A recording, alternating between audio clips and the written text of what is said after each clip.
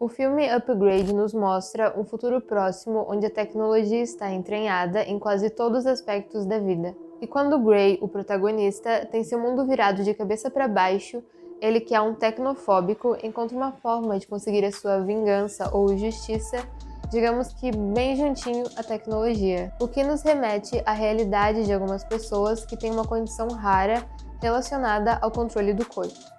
E é sobre isso que iremos falar hoje. Lembrando que contém spoiler, não esqueça de nos ajudar deixando seu like, compartilhando, inscreva-se para acompanhar os nossos vídeos e ative o sininho.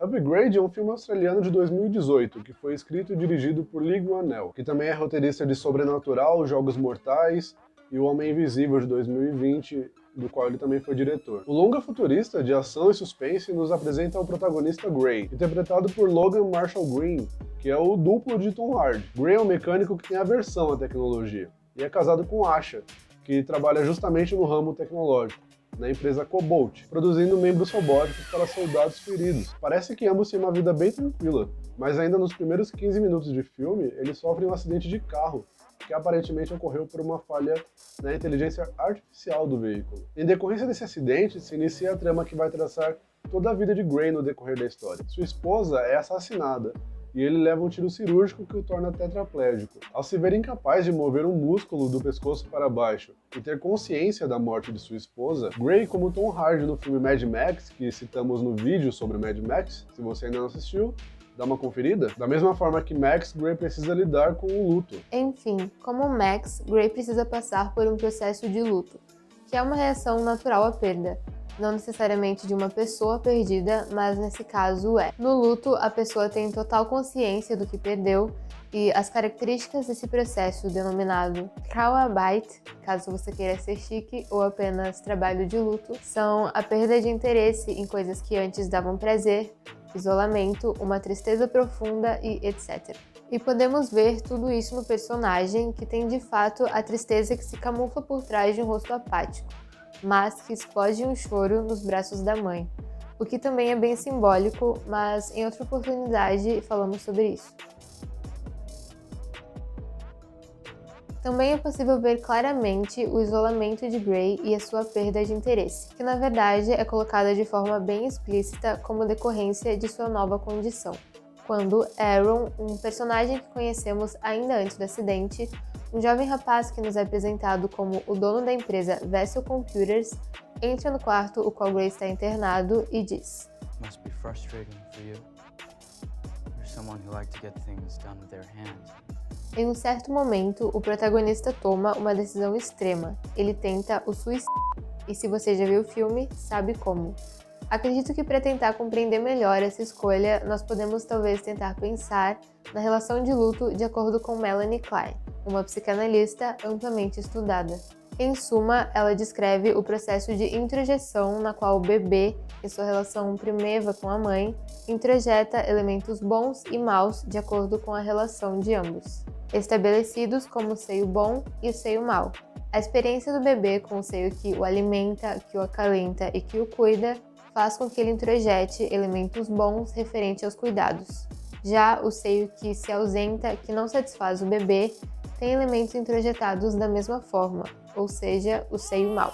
Para que a criança consiga lidar com essa dicotomia, ela precisa fazer uso de um mecanismo de defesa chamado cisão, e sendo assim ela não identifica o objeto amado como o mesmo que o objeto odiado. Enfim, tendo ficado isso claro, voltemos ao filme. Gray, que ao perder a sua mulher real também perde a representação simbólica dela, a qual havia sido introjetada. Ele se vê em um estado depressivo, como se tivessem arrancado parte dele mesmo, e para tentar lidar com essa angústia, ele tenta o seu ato mais extremo. Então, lembra do Aaron?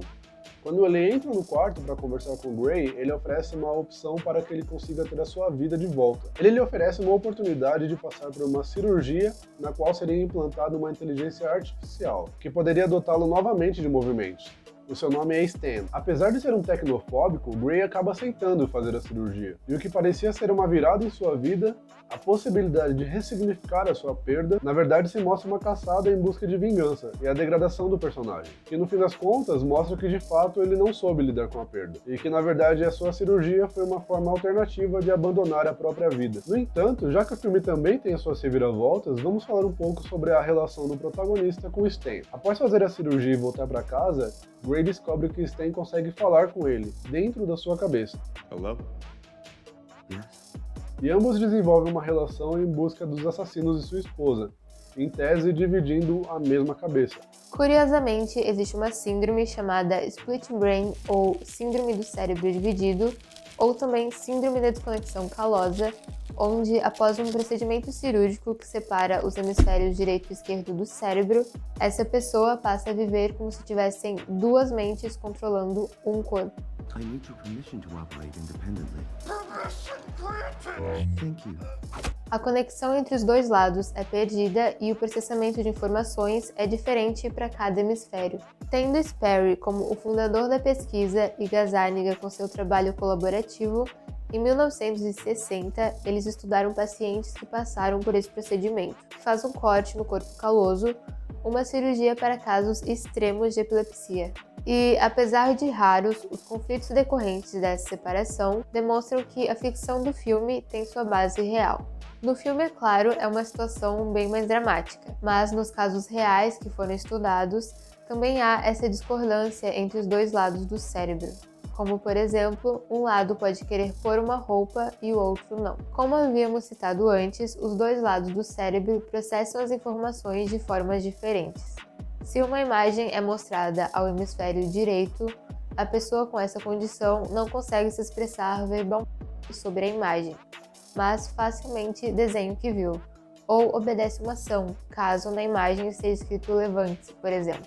Gazzaniga desenvolveu a teoria do intérprete, que explica que pessoas com o cérebro dividido ou não são capazes de criar narrativas para explicar e lidar com o que elas não compreendem, sem pôr em dúvida o que estão fazendo, vivendo, decidindo. É um ato inconsciente. No filme vemos o personagem cometer assassinatos e cria sua própria narrativa para justificar como a outra inteligência no seu corpo estava cometendo os atos. Atos um tanto brutais. Okay, enough, Stem. Stem, enough! Ele aceitou aquelas atitudes com base na ideia de que, na verdade, a inteligência artificial estava protegendo ele e ajudando a encontrar os assassinos de sua esposa. Essa capacidade fica mais clara com pessoas com o split brain, devido ao processamento de informações. O exemplo favorito de Gazzaniga é quando ele mostrava a palavra sorriso para o lado direito e a palavra rosto para o lado esquerdo de um paciente. Com a mão direita, ele desenhou um rosto sorridente.